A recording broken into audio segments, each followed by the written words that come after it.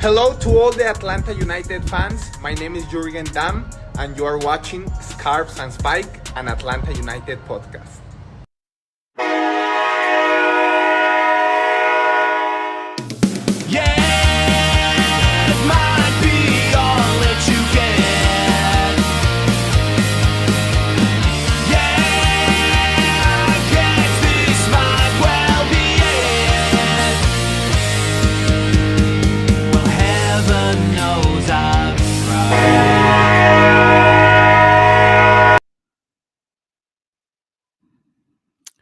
Welcome, everyone, to Scarves and Spikes on a Will Atlanta United score on Saturday, Wednesday. Henry, how you doing? I'm doing great. I'm wondering if a tree falls in the woods and no one's around to hear it, does Atlanta United score a goal? That has nothing to do with the first part of the sentence, but I am still wondering, does Atlanta United score a goal? I think that's the question on everyone's mind, Tommy. Does Atlanta United score a goal?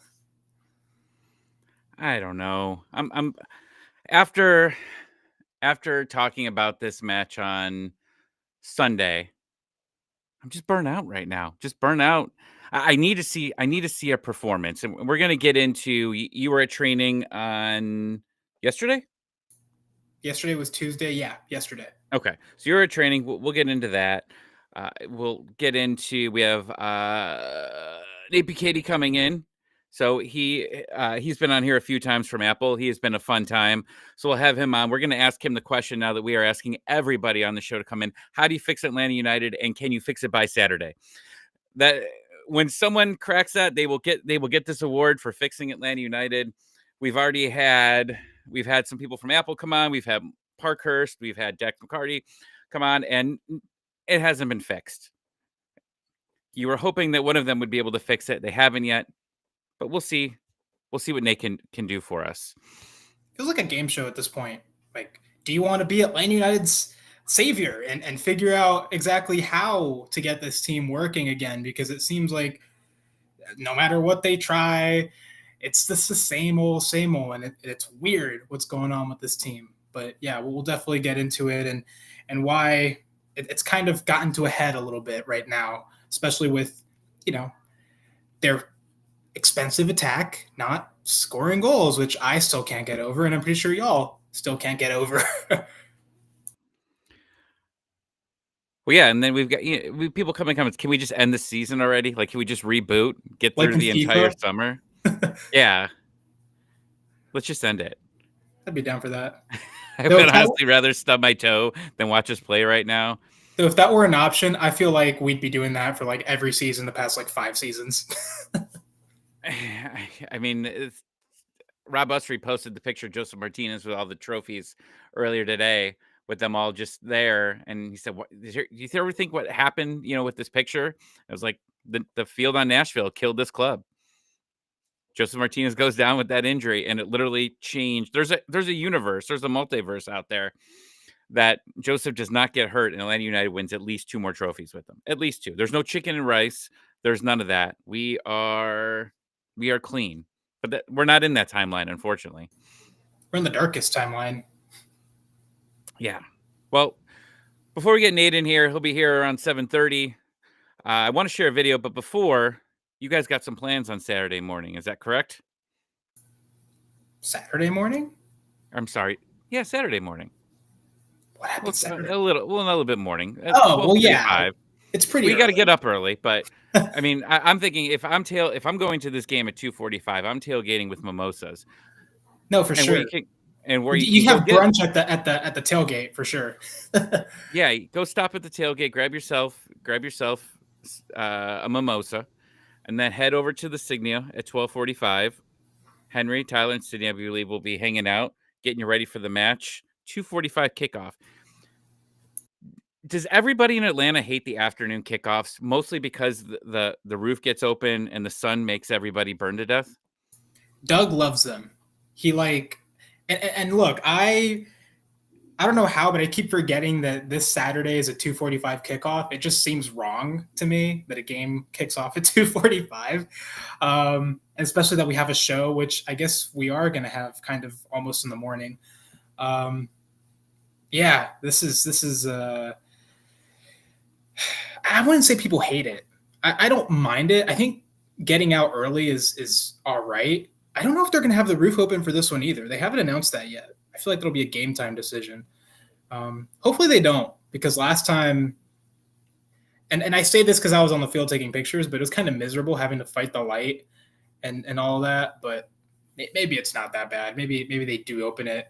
They've had it open for 1 or 2 games this season already, and they only have it open for like 3 or 4 games this season. So maybe.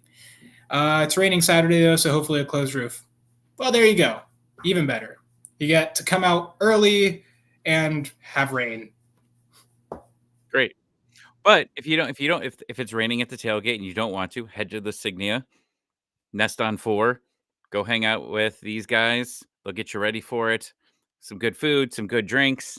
Speaking of good drinks, Henry, thank you to our sponsor, Sweetwater, the Rowdy Peach IPA. I have a can. It's empty, but I was promised I'd have some sooner than later. They don't sell it here in Ohio. The only IPA that I enjoy, and no one told me it was an IPA. Tyler said, "Drink this," and I drank it. Didn't know it was an IPA, and it was great. Okay, so let's pass the Orlando game up. I know we talked about it on Sunday. Jackson, Sydney, and I talked about it. But there was a video that came up on my Twitter feed, and it was after the games, and it was the Apple crew talking about this game, and Dax McCarty was there, and we've obviously already heard what he's talked about this team before. But what I wanted to do was at least play this video. A lot of it has already been said, but I thought they went into a little bit deeper. So I'm new at running this since Sydney and Tyler are out. So if I break this, I apologize, but we're going to find out if we can get this working or not. And away we go.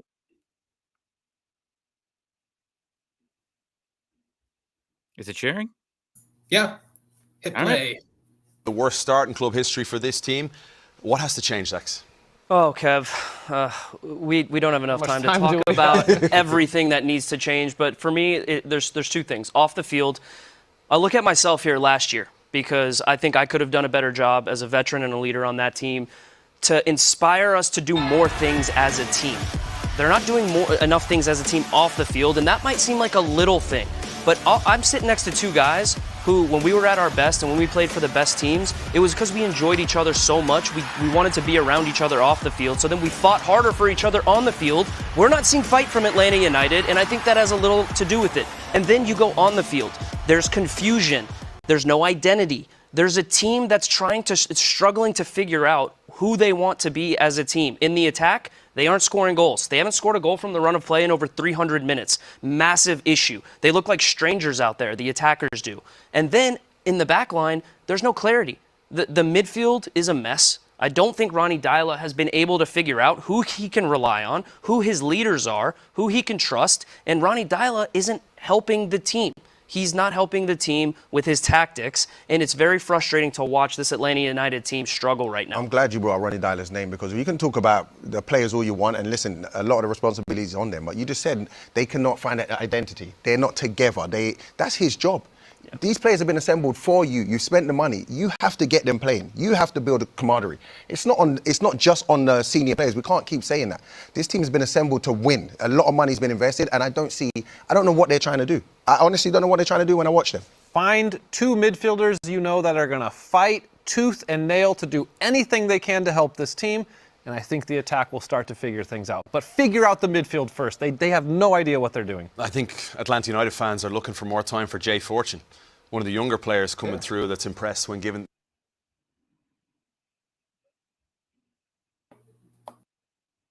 And we're back. Hey, not too bad for the first time. That worked very well. I'd give you a 10 out of 10. Yeah. So there's a lot to unravel in there. And it feels so good when he said these players are not doing enough off the field. Look, my karaoke comment that came out last week, there's a lot of that there because we've talked about this.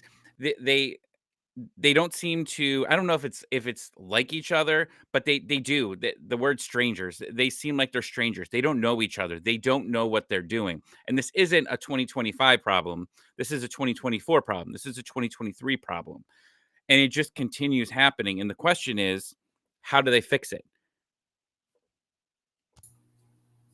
Henry, this is where you answer all the questions and tell us how to fix things. You want an answer from me? Oh boy, pressure's on. Look, I think that's $1 million question, and if anyone knew how to answer that, Arthur Blank would be paying the big bucks for that person. But here's my thing, right? When we talk about these players not really knowing each other, kind of being strangers, when we talk about Doug's questions of do y'all do anything outside of practice, outside of the games to kind of, be a kind of team building, if you will.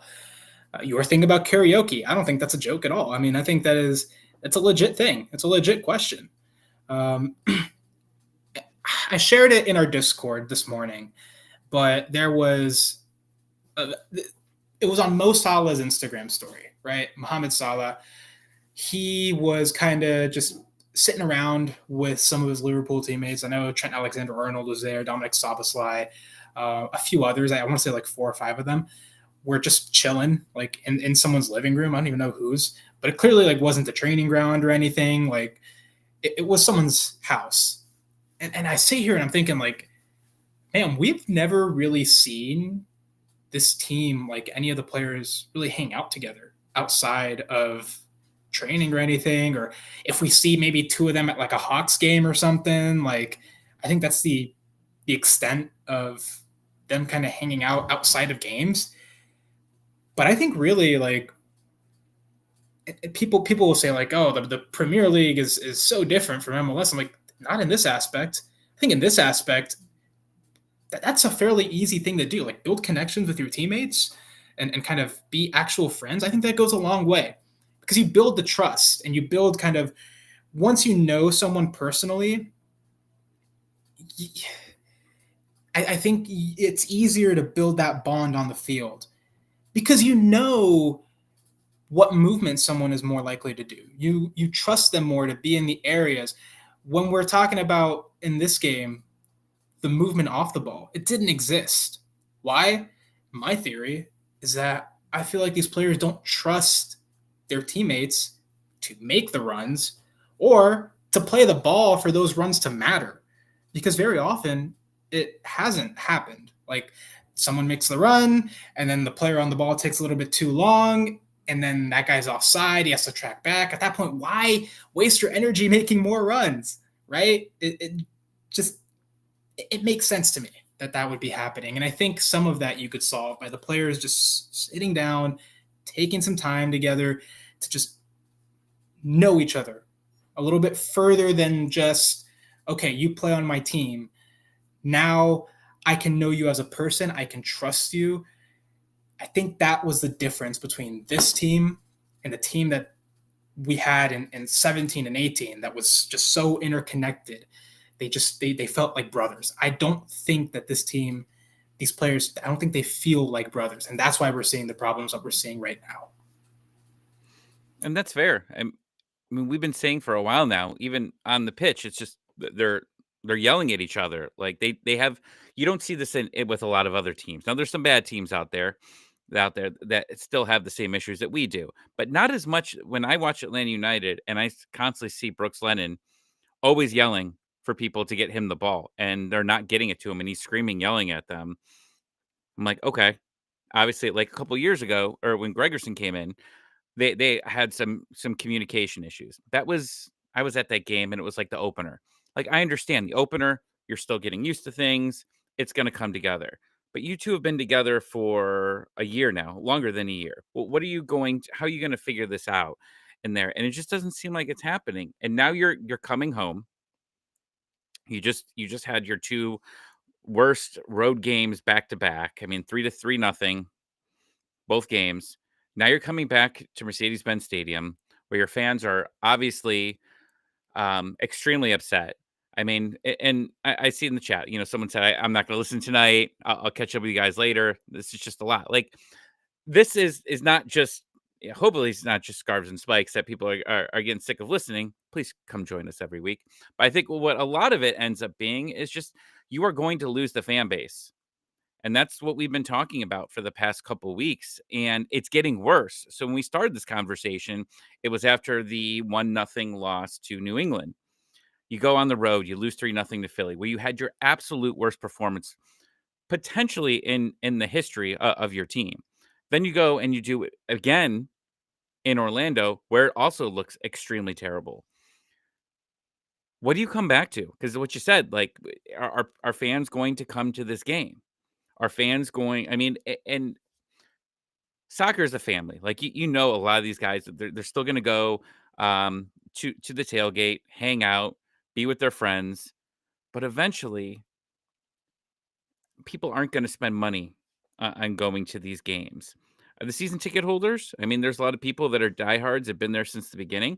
You had a lot of people leave last season. They left last season because of a combination of a crappy team, combination of the ticket prices going up.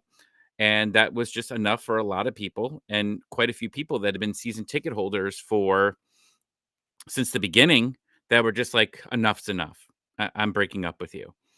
You had some people, though, they brought Miguel Almiron back and said, hell yeah, I'm back in. Had their ticket rep on speed dial, trying to get back in. But now those people are going, you just brought back Miguel Almiron. You got Latte Lath, the biggest transfer in MLS history, and you guys are worse. You were worse than any team in this history of this franchise. This is the worst one to start the year. They cannot come out this Saturday afternoon and have a performance like their last 3 matches. And I can't think of the match that happened before the New England game. Oh, that was the Dallas game. Dallas.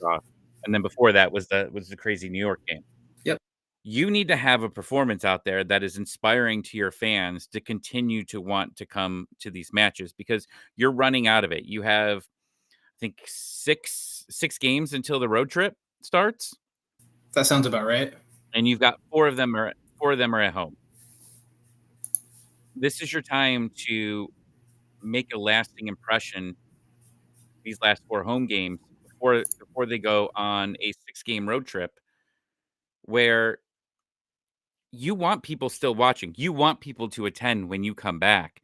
But if you don't start, look, I know that sports are crazy, and there's a question that we're going to get to here that was supposed to be in our watch along. We'll get to that in a minute. But you need to give them a reason to continue watching, not giving up their Saturdays. Because we've seen this in our Discord talking about it. Like, someone said they spent, like, I forget the dollar amount they put, but it was spending crazy amount of money on Atlanta United since the beginning, on merch, which obviously those prices have gone up on kits over the years, tickets, Apple season, the MLS Season Pass, everything. You've spent all this money on here, and you keep getting told, like, this team is going to get better. It's going to get better, and they haven't. So this week is the start of it, because I know it's only one. I think they go right back on the road to Chicago. Do I have that right? I'm pretty sure. Chicago, then Austin. Yeah, so you're going back on a 2-game road trip after this game. So this game, this Saturday afternoon, is going to be huge for this team to get your fans back invested into this product and see what happens from there. Yeah, I mean, look, you're at home. Nashville isn't a pushover, evidenced by the 7 goals that they put on Chicago last weekend. But still, I look at the schedule up until that road trip. Really, this is the quote-unquote easiest opponent I think Atlanta's going to get during these games. They were the one that I looked at and I said, well, maybe this is the game that they maybe win. And I think that's still the case. And you're at home. I think you got to experiment with something. You cannot put out the same formation, the same lineup. It's the definition of insanity, right? You can't try the same thing over and over again and expect a different result. But he keeps doing it. He can't do it much longer. I mean, I don't know what else you expect from these guys. Most of them have already shown you kind of their cards, what they can do, what positions they're good at. And we saw some of them are better in other positions than the ones that they're being played. I have advocated for weeks, a month at least, to play Miguel Almiron at the 10 and Alexei Moranchuk at the 8. And I will continue to push for it until we see it again, because I think that Atlanta United works that way. I think they play a little better. At least those players, they seem to contribute more to this team from those positions. And so, again, if y'all need some more info on how that works, I have an article on the website, 2 articles on the website already that go on about why those position changes will work. Ronnie actually just texted me. He told me for you to take those down. He could tell me in person on Friday. But yeah, Michael Parkhurst, who Tyler spoke to, I want to say a week or so ago, he suggested, I believe, a 3-5-2 with Miguel Almiron as a second striker alongside Latela. That could work. Maybe that's what you need. Is he needs to be in the center. The point is, you can't have Miguel Almiron on the wing. Why? Because he goes inside way too much. And for a system that depends on the wing play, if you cut inside, you really destabilize yourself because you don't have anyone on that side to create the overlap. And I think that's the problem. We talked to Brooks yesterday after training, and he said, this is not word for word, but he kind of suggested that it is a process of him kind of adjusting to playing and building that chemistry with Miggy, because he's a different player from Saba. Saba's a player that really does stay wide and plays the crosses because he's right-footed. And so Saba on the right, you're probably going to have more chances for overlap there. And so he overlaps alongside him. But with Miggy's a player that gets the ball and goes inside so that he can shoot on his dominant left foot. Well, then what is Brooks supposed to do? He can't overlap when there's no one else there to help him with the overlap. So he said, he's been trying kind of going inside and figuring that out. Maybe that works, but to me, that makes things kind of worse because then you have no one, absolutely no one on that wing. And look, they're the soccer players. They probably know this stuff a little bit better. But I think if they can nail down that chemistry and figure out how to really solve that right side, especially if you're going to emphasize playing on the right side, like it seems they've been doing, you gotta figure out that pairing, that chemistry with Brooks or whoever is going to be your right back and whoever is going to be your winger. If you're going to have a right winger, and you have to make sure that they stay wide if this is the system that Ronnie's going to be playing. If not, he has to figure out what he's doing. Because right now I think the players are a little bit confused on what their role is and where their teammates are supposed to be. I agree, and it eventually gets to the point where if you just keep doing the same thing and you keep losing, but the coach keeps telling you keep doing it, and you keep getting the same results, they're going to give up. They're going to give up on the coach. They're going to say that he's completely lost. He doesn't understand what's best, and that's what we've been talking about is losing the locker room, and that's what we're scared of at this point is losing the locker room completely, because that's when you're out. That's when management is going to have to make the decision. If he can't change things and the results aren't getting better and he refuses to make any changes here, or if he just keeps going back to the same thing, eventually you got to go. And we're getting, is it Rooted in the Spikes? Is that what it's? Rooted in the Stripes is coming out today. So that's going to be very interesting to see. Is the over under swear words? Because I don't know what the time span is of what games it's going to start at and end. But is the swear words over 15? Oh man! And anyone in chat, I'm gonna track all of this. But are there over 15 swear words in this video? I'll say under, just because I think the media team will try to cut them out as much as they can. I mean, make obviously, it look a little bit more functional than it is. Yeah, because again, like it is title turbulence. At least that's what we saw from the tweet yesterday. And so obviously, and the kind of trailer that they showed was Noah talking about kind of that. But I still think they don't want to show like, oh yeah, it's a crap show. I mean, obviously, you don't want to show your fans that. So I think they'll try to limit it a little bit. They're probably going to try to cut the swear words as much as possible because you do kind of at least want to make this seem somewhat family friendly, right? I'll go under. Okay. You've talked me into the under at this point. However, with some of the depending on what games that they're watching here, they're going to show they were that bad. They were that bad that these halftime talks could be interesting. I hope that they do not take much out here because yeah, you're right. They showed the video of Noah talking about being with this team since he was young, and then they also showed another video of them being with the kitchen staff. And I was like, "Oh, is this what we're gonna get? Is this? There has to be more. There has to be more about the frustrations there. If they don't hide it, that's where I'm getting. That's where I'm going to get a little bit nervous. Here is that okay? Is it that bad that they're hiding things? And you don't want to be that conspiracy theorist, but right now, just things seem so bad. And last year there was excuses for things being bad. There were. It was a rebuild. I know they don't want to say it was a rebuild, but in the summer, officially when it hit the summer mark and you fire your coach, you fire Carlos, you get rid of your two DP players. I don't care what you call it. It's a rebuild. Now it could be a very short-term rebuild, but it is a rebuild. And there was less pressure. There was less pressure on everybody, I think. Like I never thought that Rob was ever going to be the guy there, but Rob was supposed to just get him through the summer. If they made the playoffs, cool. If they didn't, he likely wasn't going to be here either way. And then you move on to the season where you've got a bunch of money that you could spend and you can get your new coach and you move forward. But that's not the case now. That's not you have high expectations and we'll get to that question.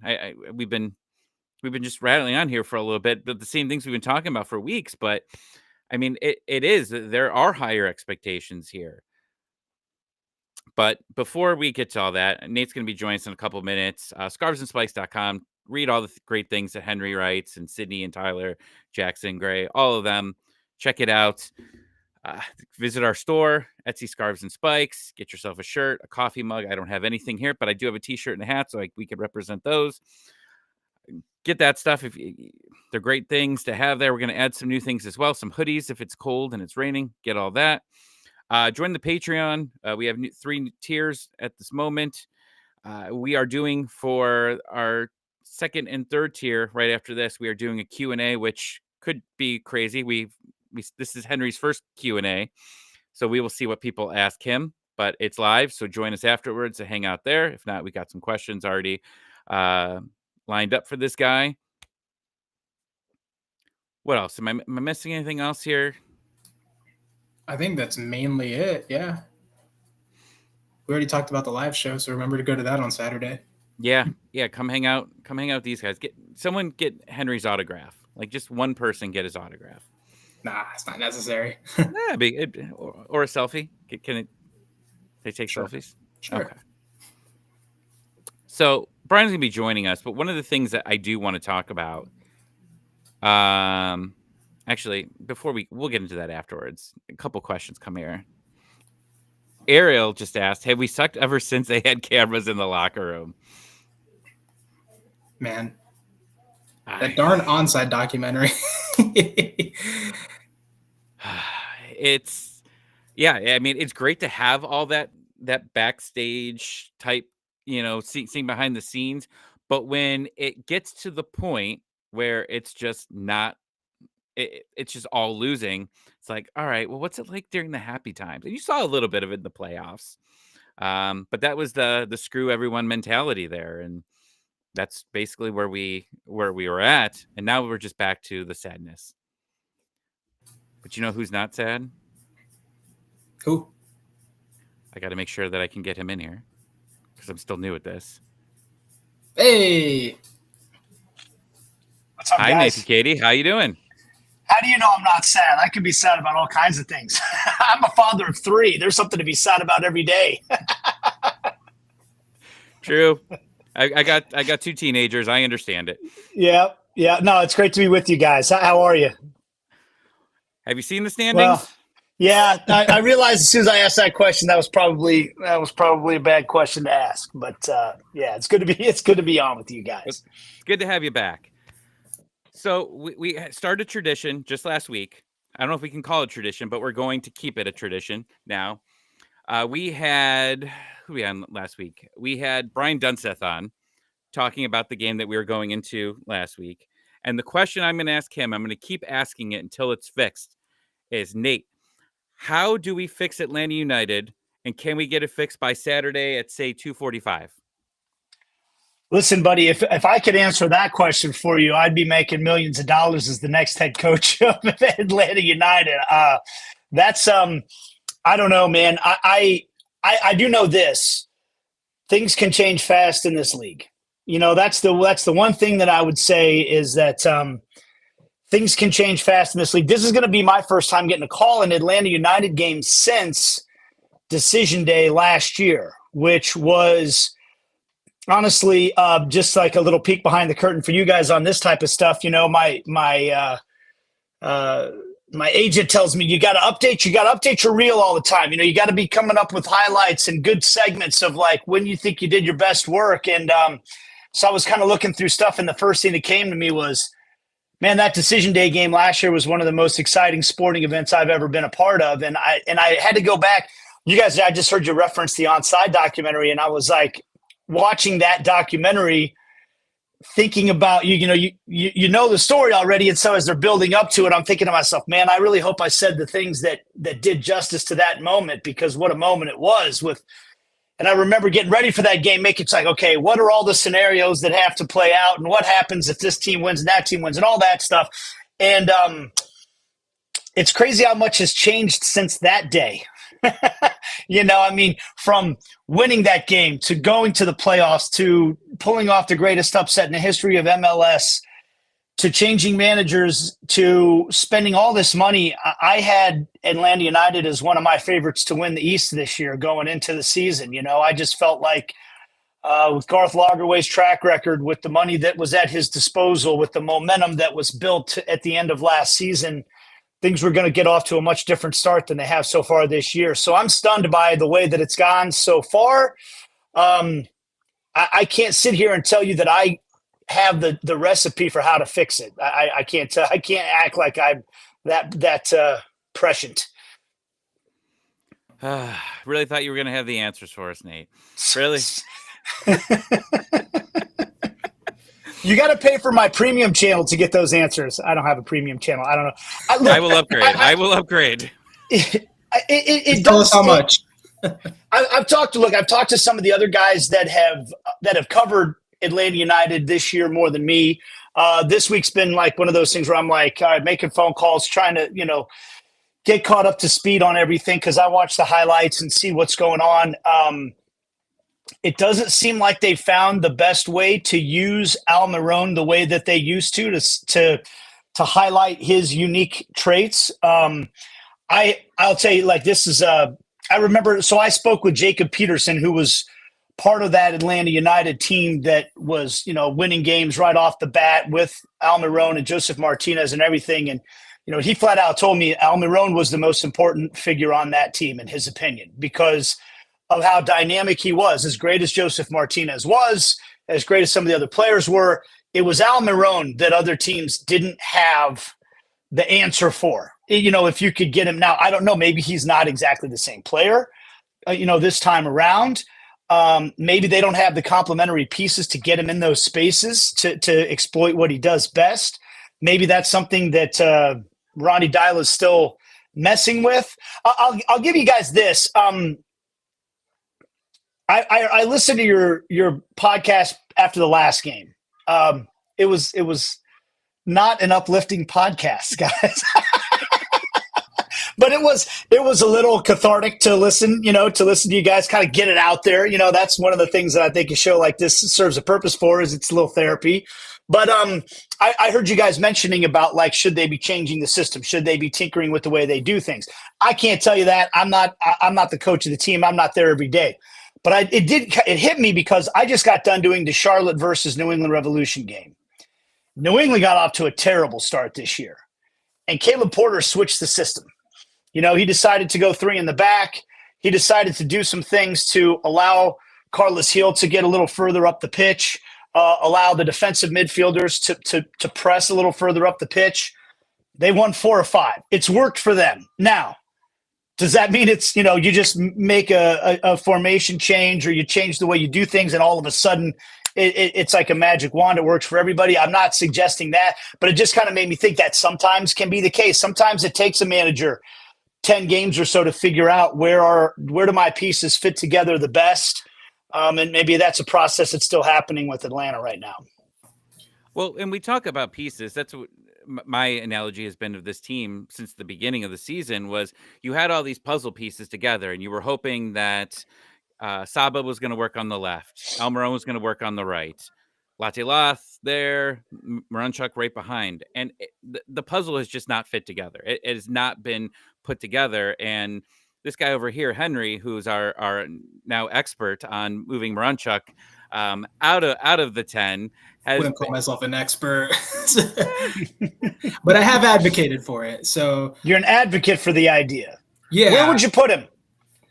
Well, we've seen this before. It's putting Marunchuk at the number 8 position and then Miguel Almiron at the 10. Because after all, Miguel Almiron, where was he during that 2017, 2018, time where this team was at its height? He was at the number 10 position. And he says it himself.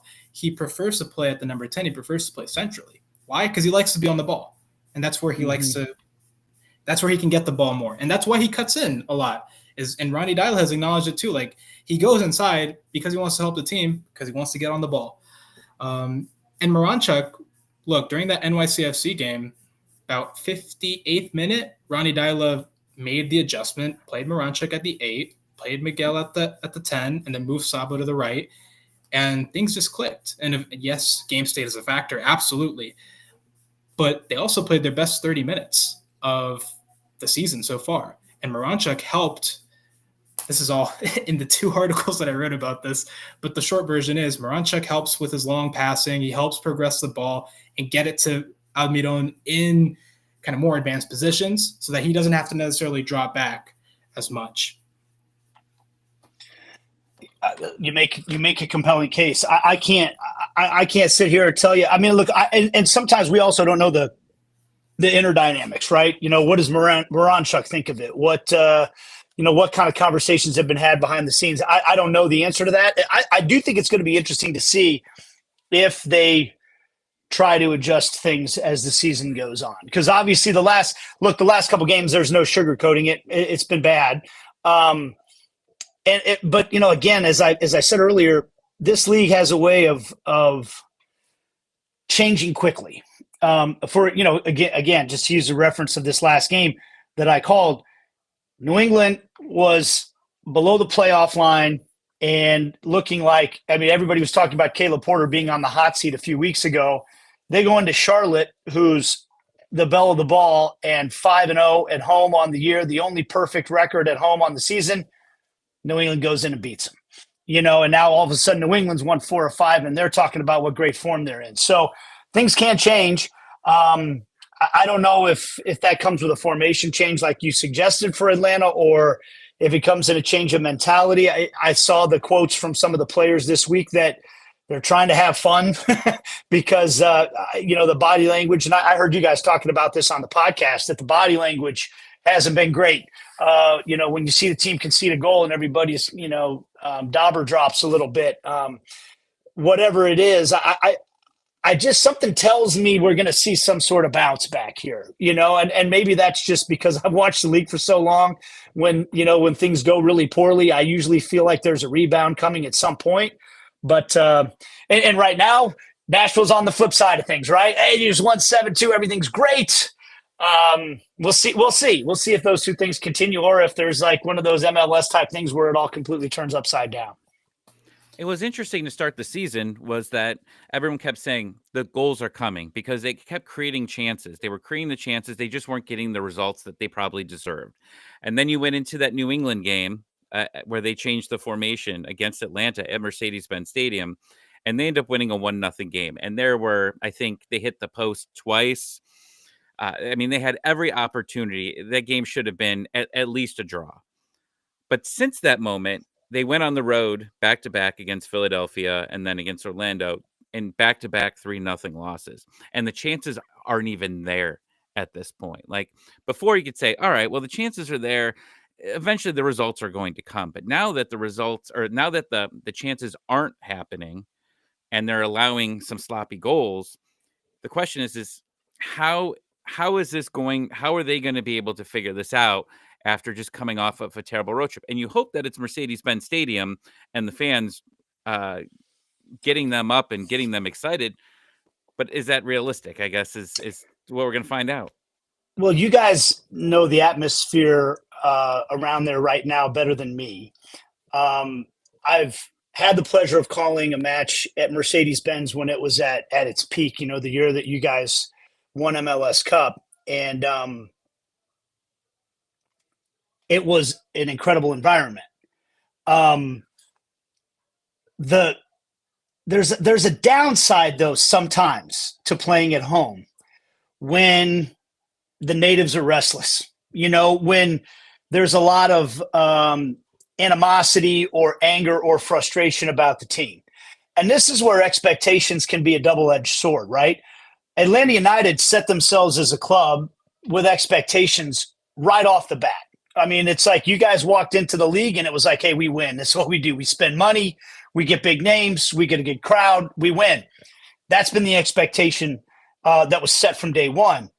Then after what happened at the end of last year, as we just described, and then all the money that gets spent in addition to it, expectations are high again, right?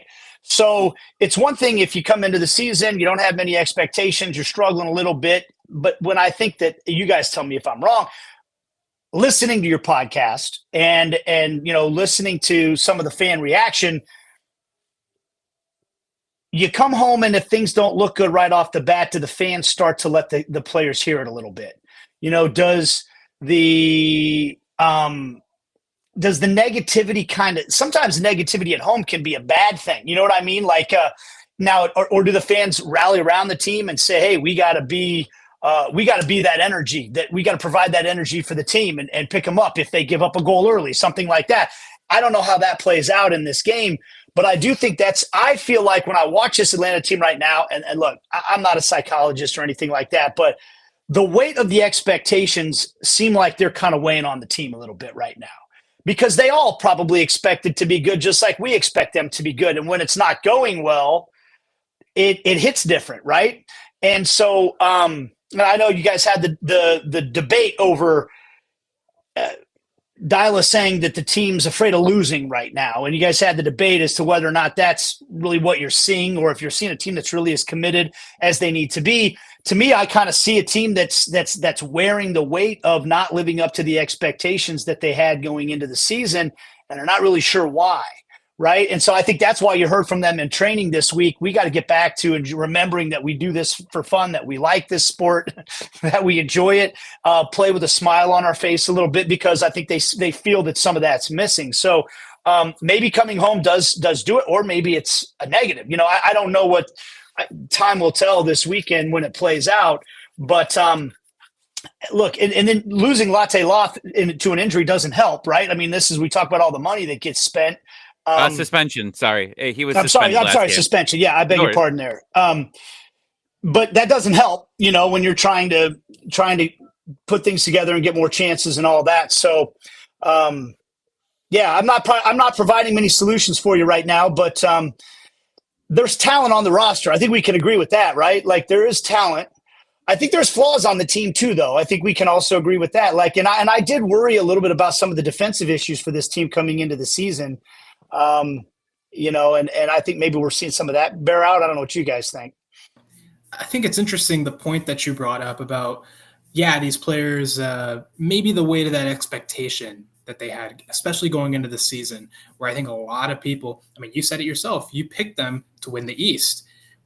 Several of us predicted that Atlanta was going to win MLS Cup, and sure, we might have our bias, but a lot of people were predicting Atlanta to finish among the top teams in the East. With the level of investment, I think that's a reasonable expectation, but I think it's something that we saw kind of last season too. It was a weird phenomenon where this team would kind of play up to the level of their opposition, but they'd also play down to them sometimes. And really, I think the height of that was, beating Miami in the playoffs. Maybe, I think the fact that they went into that game as an underdog, and tell me if I'm way off base here, but I think the fact that they went into that series as an underdog kind of helped them. I guess they didn't really have that expectation on them of like, oh yeah, we expect y'all to beat Messi. Of course not. They were there as the underdogs. I guess you could say they were playing with house money. And so I think that kind of allowed them to kind of rally behind this, FEA mentality that Rob Valentino kind of brought in and go through and take this Miami team down. Do you think that maybe that was a factor that may still be a factor? Certainly possible. Just to be clear, I didn't pick Atlanta to win the East, but I had them being one of the teams that I thought would contend. I did pick Miami. I did pick Miami to win the East. And I will say this too. I think the East is an absolute gauntlet. I think on a given week, you could make a case that Miami are the best team. On a given week, you could make a case that Columbus are the best team. On a different week, you could say Cincinnati. You could say Philadelphia. I think Orlando's a really good team, actually, with a great coach and an identity. And when I use that word identity, I think in a conference like the East is right now, in my experience watching MLS, because, I think this is one of the beauties of the league personally. I've had debates with my buddies about this. I don't love the biggest leagues in Europe when it's we know who's going to win the league every year, right? Like there's little parity, there's little, like it's fairly predictable. This league's not like that. And so the margins really make huge differences because Atlanta's not the only team that's out spending money, right? Atlanta, there are roster mechanisms that make it so there's some level of parity. So one of the things I always look for when I get ready to watch a game, little differences like who's the home side, but is one team playing on short rest versus a fully rested team? Is one team missing one or two of their designated players, and does the other team have all three of their DPs available? Those things have a much greater impact, in my opinion, than which team's at the top of the table and which team's at the bottom of the table. I'm sorry to keep using these analogies, but last year we did a game, Devin and I, in Cincinnati, and it was New England again. And New England was terrible last year, right? But they had hit a stretch where they were playing some pretty good soccer. Cincinnati was top of the Supporter Shield race and had won like 8 of 9 games. And New England came into that game, and they have us do these win probability graphics. The computers tell you guys see them on the show, right? They tell you what the odds are that this team's going to win. And it said Cincinnati was a runaway favorite to win that game. And I said, I'm not an analytics expert. I'm not, I far be it for me to disagree with the computers, but Cincinnati was missing a couple of their DP defenders and New England was in good form. Something tells me, something tells me that this game, and I think Cincinnati was on short rest. What do you know? New England won that game in Cincinnati. And that's a long answer, but what I'm getting at here is your point about having that extra edge, having that chip on your shoulder, I think makes a huge difference in this league. If you have one side, and then that I mentioned that idea of that sense of identity. If you have a side where these guys know this is what we stand on, this is how we play, this is how we win, that goes so far. I mean, in the world of soccer, but especially in this league, and at least right now, it seems like Atlanta's really searching for that. And when they had that going last year at the end, Valentino's got this, I got nothing to lose. I'm probably not going to keep this job anyway, so screw it. Let's go play our butt off. All the guys on the team got nothing to lose. Nobody believes in them. So they went out and they kind of leaned into that. That was their identity, and they made it work. And Brad Guzan played some of the best goalkeeping of his life. And the next thing you know, they go on this run. How do you capture that? I'm not sure. But I do think that if you want to try to beat some of these teams, like look at Philadelphia right now. You guys just witnessed it, right? I call them I feel silly. I didn't see how good they were going to be this year. But Bradley Carnell came in there. They have an identity. They know how they want to play. They're committed to the way they want to play. And they go out there and they play with a total chip on their shoulder and an edge to them. and it's working right now. And so I feel like Atlanta probably needs to find that on some level. Did that answer your question at all? That was a rambling answer. Sorry. No, I think you kind of, that makes sense, what you're saying. It's just hard, I think, to ask the question, how do you solve Atlanta United? I don't think there's a clear answer right now. And I think it's a combination of factors. I think we've speculated. The magic 8 ball out. He's got the magic 8 ball. What's it say? Maybe it probably has a better Score answer. more goals. That usually helps win games, right? And actually, that's I think the biggest kind of surprise is this almost $50 million attack, kind of firing blanks. Shutout in 5 of its 10 games so far. It's on a 3-game scoreless streak. It's about to hit the longest scoreless spell in team history, like 345 minutes or something like that without a goal. What have you seen, at least, that is causing kind of these issues for this team? And is there kind of a tactical or fix at all? I know you kind of dove into that a little bit, but what have you seen from this attack? Why is it misfiring? Well, I do think that the conundrum of Miranchuk is one that needs to be solved. I don't know what you guys think. And again, it's kind of silly for me to come on here and try to diagnose things when you guys have seen more of the squad than I have on a consistent basis, when I'm trying to kind of, keep a 30,000-foot view of the whole league. My perception on Miranchuk when I've seen him play and what I've watched with him, you can tell he's a really good footballer, right? And I feel like you can tell that he's got a very high footballing IQ. He anticipates things. And I remember the storyline going into, his early stages last year when he joined the team was, man, once his teammates kind of start to get up to speed with his decision-making and start to anticipate the passes he's going to make and the places he's going to pop up, it'll really click. It just kind of seems like we're still waiting for that to happen, and I'm not exactly sure why. Maybe your answer to shifting the formation, putting Almiron at the 10, dropping him a little deeper, could ignite that a little bit. It's sometimes connections. It's like dating. You don't really know if you're going to vibe with somebody till you sit down at dinner and have a conversation. So you can put 2 guys that know how to play and have different ideas of the game, and then they play together and they just don't really vibe. And maybe that's the case. Maybe it's just going to take a little while for them to figure out how to vibe together. I'm not really sure, and I'm not giving you a good answer, but as we've talked about, like if there was an easy answer to it, I think that Atlanta would have already found it, right? I don't think, like, we're talking about a coach that's won an MLS Cup, knows how to win in this league. We're not talking about somebody who just stumbled into the job.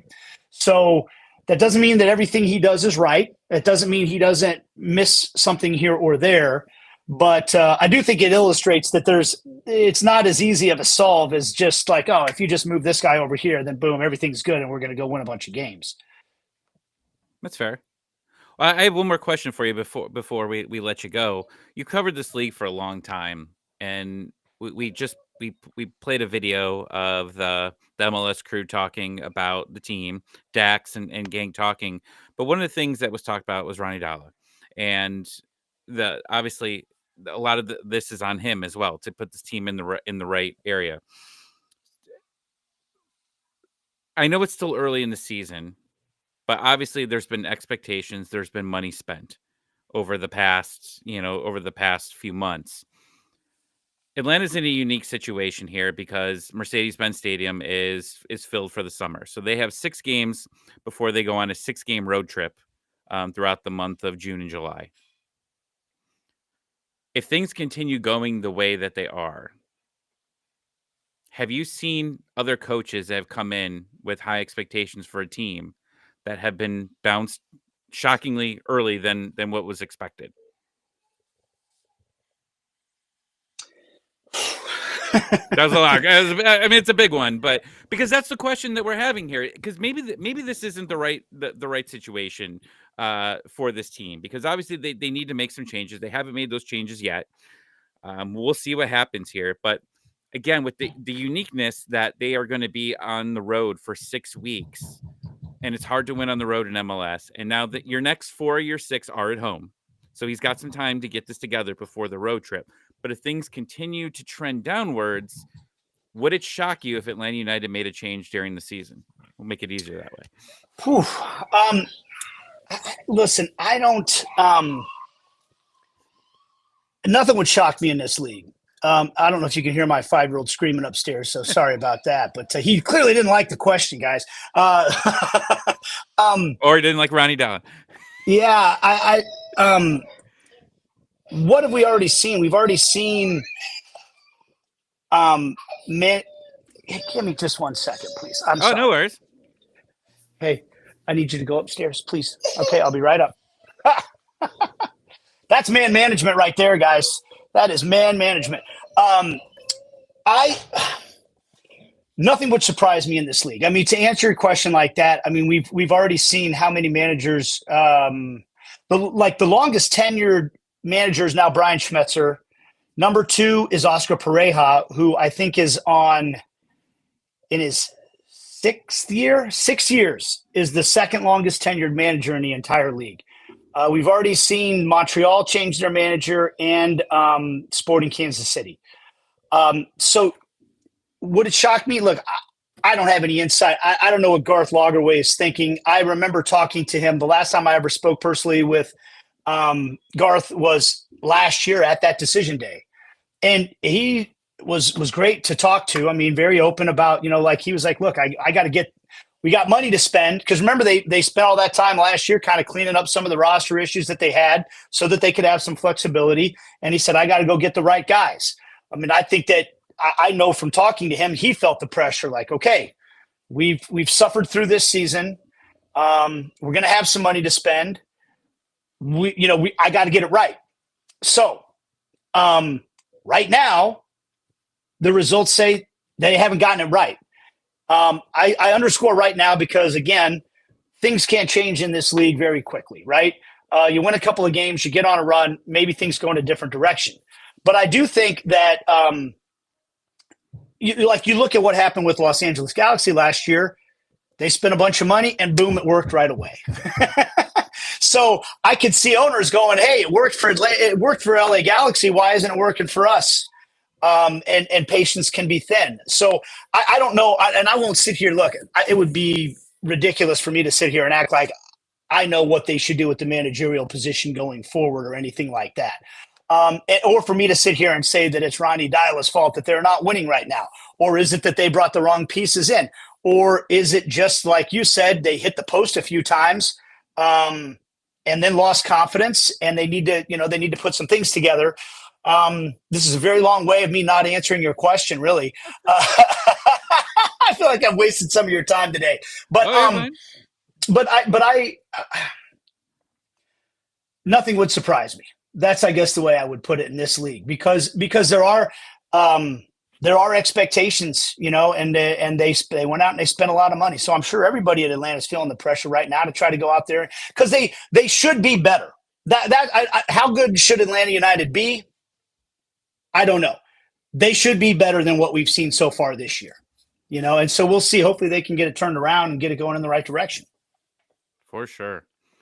Well, Nate, we always appreciate you coming on. I think this is your 3rd time. You're like one of our only 3-timers, I think, to come on here. So I hope this isn't the last after, my non-answers and then running my son upstairs, while I was throwing a fit and everything like that. But you're fine.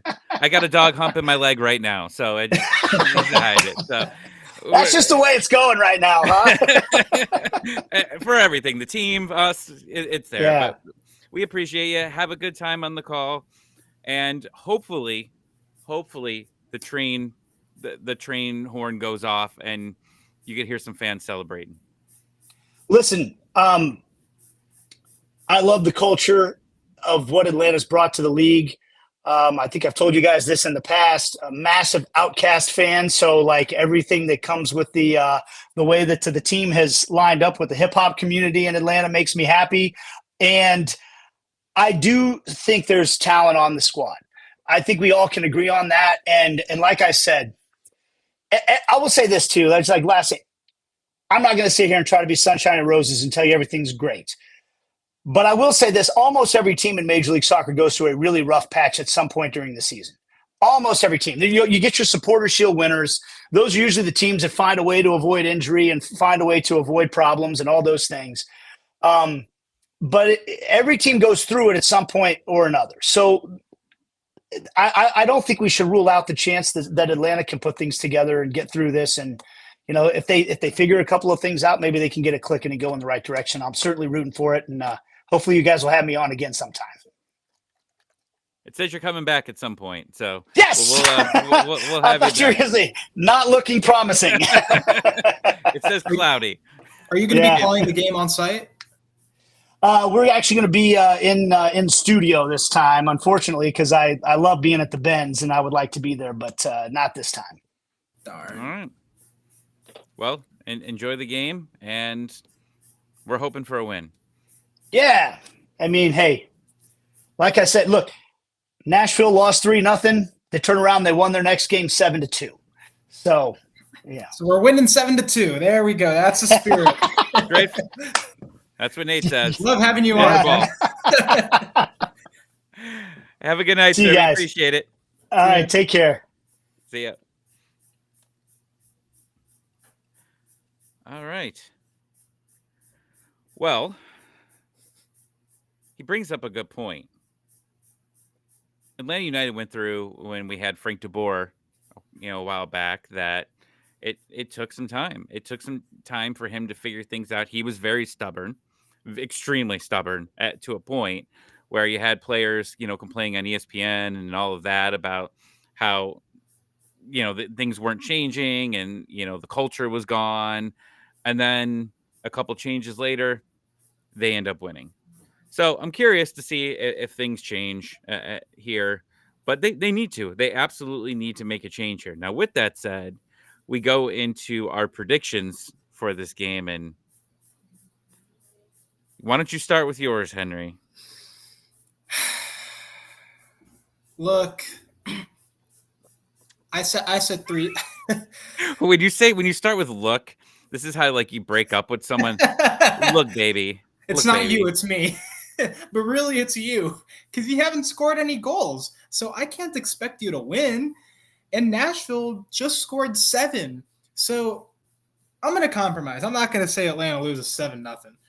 I say Nashville wins 3-0. 3-0. Yeah, especially because there's a trend of 3-0 losses. I mean, they come in threes, right? So, 3 goals against, 3 games, 3 losses. You do the math. But I just don't see this Atlanta team clicking unless they make any significant changes, which I don't really have any indication of them making changes or looking like they're going to make any major, formational changes or there being any shift in the attitude. I don't really think there is. So that's why I'm saying 3-0 Nashville. All right. Kevin put a comment in here about, have we ever had a positive rooted in the stripes? We did. It was the playoff run. I think we forget about that because there was so much crap in between that moment. But yeah, we had some positive ones there, and they were great watches. We're not used to happiness. No, absolutely not. So what's your prediction? Well, let's get to everyone else's here. Gray says 2-0 Nashville, so he was getting a little bit better. Jackson says 3-1, which means we score. So Jackson at least had a little bit of positivity there, which is nice. We have Ariel saying 2-2. Brett saying 1-1. Bruno is saying 2-1 Atlanta. Kareem saying 2-1, so I'm thinking he means Atlanta. Hopefully, maybe. Edgar says 3-0 Nashville. I have no faith. Pretty much in the same reasons. Same reasons. I'm going to say, I don't even remember what I even put in earlier. Actually, I didn't put anything yet. You didn't put anything. Yeah. they've given me no reason to give a positive at this point, especially with how bad it was. And Dax got me last time he was here. He's talking about how the fights were happening and that's good for this team. And then they go and they lose 3-0. So I think coming at home, historically, this team in the afternoon hasn't been very good. But I'm going to say that this team, I need to get back up in the standings as well. I want to be at the bottom with Sydney and Tyler. I am going to say a 2-1 win Atlanta. Really? Okay. My mind is telling me to say no, but my body. But your heart. But my body. But my body says yes. Kevin, thanks for the super chat. GoFundMe Kickstarter for Henry's bill for his broken leg on Friday. Oh, Kevin. Oh, yeah. With the super chat. Bringing up the media game. I'm trembling in my soccer boots. If I'm the team going against Ronnie Dyla, yeah, that's going to be brutal. Fortunately, the training center expansion walkthrough is before, so I'll have my legs functional for that. Then I might need a wheelchair. Matt says 4-0. Trying to bring some positive vibes here. Again, Kevin, we appreciate it.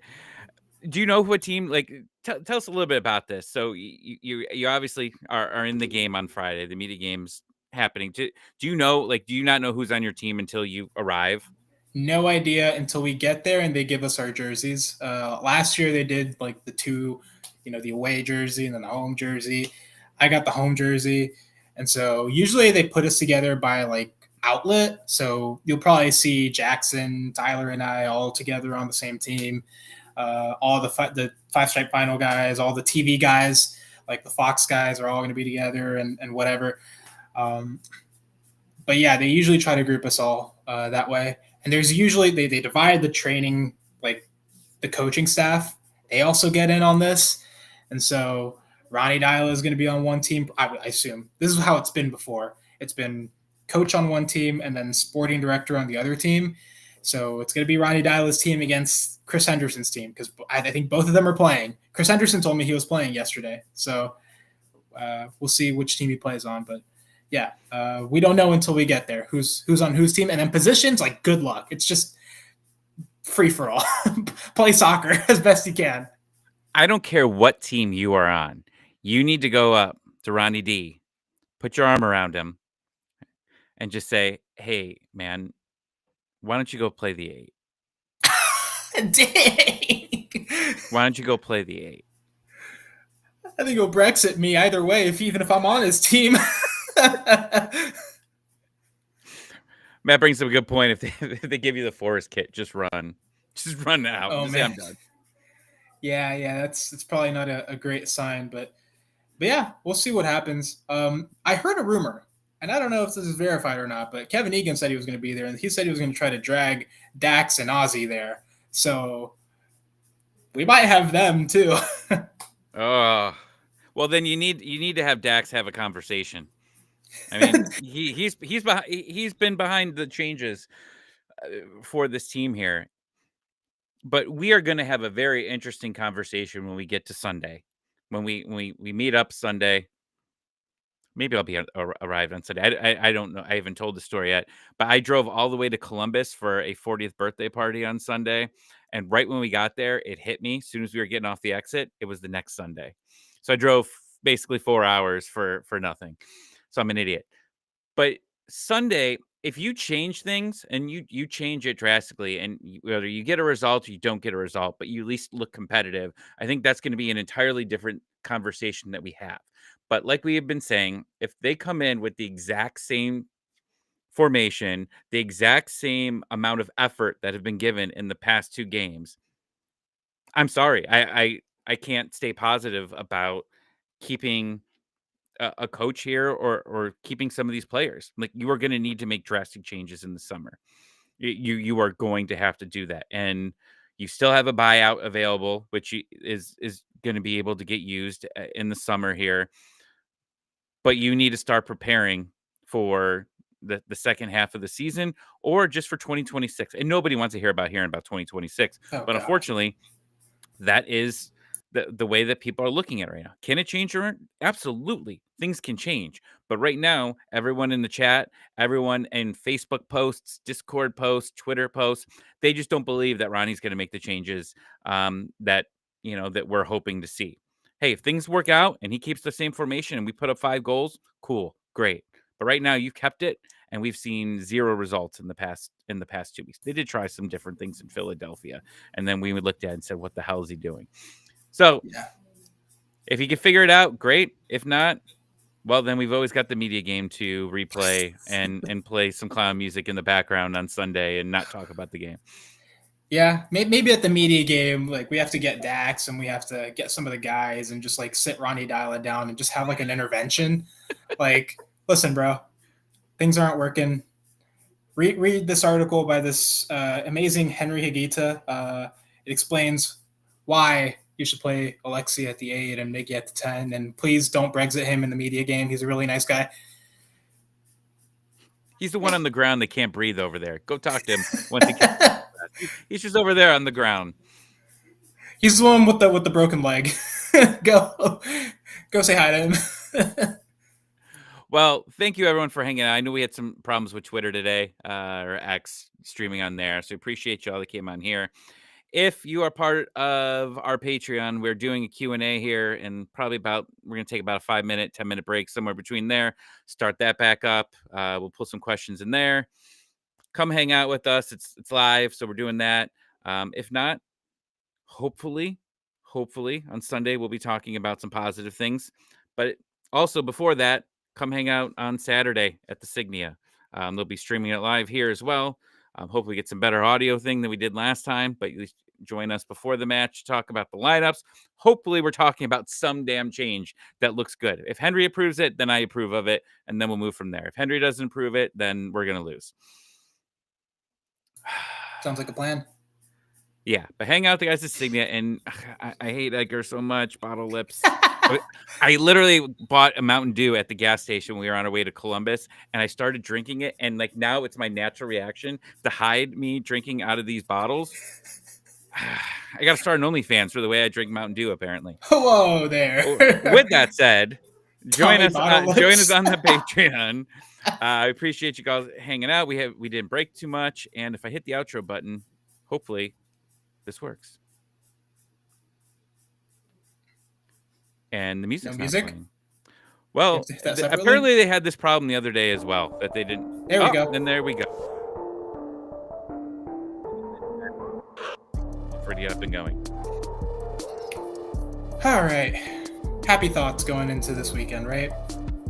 I mean, sure. I mean, they you need to have some positive there. But man, I really like afternoon games. I do. I like waking up in the morning, having a mimosa. I drink mimosas. Have you ever had Crown Peach before? No. Oh, Crown Peach is good. But if you put it in a mimosa, we call them manmosas at the house, because they will knock you out. We did it one day. I think it was, I got a bottle of Crown during COVID. Remember there was the afternoon game with the MLS's back tournament? It was I think they played Cincinnati. That was like 5 years ago. I don't remember anything that happened 5 years ago. Oh man, once I start not remembering these things, that's when that's when just put me in a home and put me down. But I remember we were drinking those during the game, and I blacked out by the 60th minute, and I woke up. I said, "Did we score a goal?" Nope. And then we didn't score a goal the entire tournament, so it was my fault. Fun. Yeah. And now we haven't scored a goal in 3 whole games. Hopefully that changes. Rooted in the Stripes is out, by the way. I heard, but yeah, don't watch that. Just come hang out with Henry and I as we do this Q&A, and then we'll go from there. Heck yeah. But thanks, guys. Thanks for hanging out with us. See ya. See ya.